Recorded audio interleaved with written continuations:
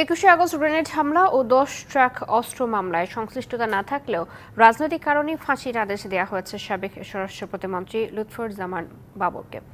এমন দাবি করলেন তার আইনজীবী SM শাহজাহান। তিনি বলেন, ফাঁসির দণ্ডপ্রাপ্ত হওয়ায় জামিনের সুযোগ নেই বাবরের। মামলা থেকে খালাস কিংবা রাষ্ট্রপতি ক্ষমা ঘোষণা করলেই মুক্ত হতে পারবেন সাবেক স্বরাষ্ট্র প্রতিমন্ত্রী।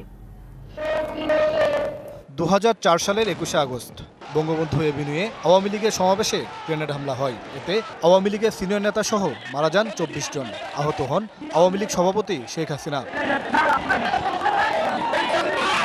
হামলার পরদিন পুলিশ বাদী হয়ে একটি মামলা করে। আর ফখরুদ্দিনের তত্ত্বাবধায়ক সরকারের সময় 2008 সালে জঙ্গি দল বরকাতুল জিহাদ নেতা মুফতি আব্দুল হান্নান সহ 22 জনকে আসামি করা হয়। সে বছরেই শুরু হয় বিচার কাজ। তবে আওয়ামী লীগ সরকার ক্ষমতায় আসার পর 2011 সালের 3রা জুলাই আসামির তালিকায় তারেক রহমান, লুৎফুজ্জামান বাবর সহ 30 জনকে যোগ করে সম্পূরক অভিযোগপত্র দেন সিআইডির বিশেষ সুপার আব্দুল কাহার আকন্দ।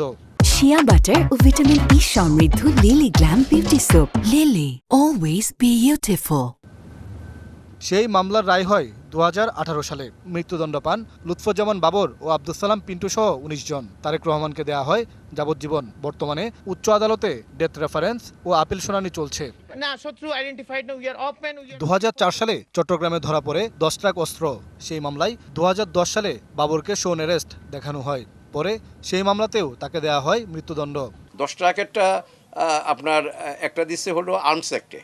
তা আর্মস অ্যাক্টে হলো কে না বুঝে, আর্মস অ্যাক্ট হলো যার পজিশনে আর্মস পাওয়া যায়। তো ওনার পজিশনে কি আর্মস পাইছে? উনি কি চিটাগাঙে গিয়ে আর্মসটা রিসিভ করছে? উনি কি এই অস্ত্রগুলো এই দেশে বিক্রি করবে? আর উনি কি এটা ব্যবসায়িক কারণে এই দেশে আনছে?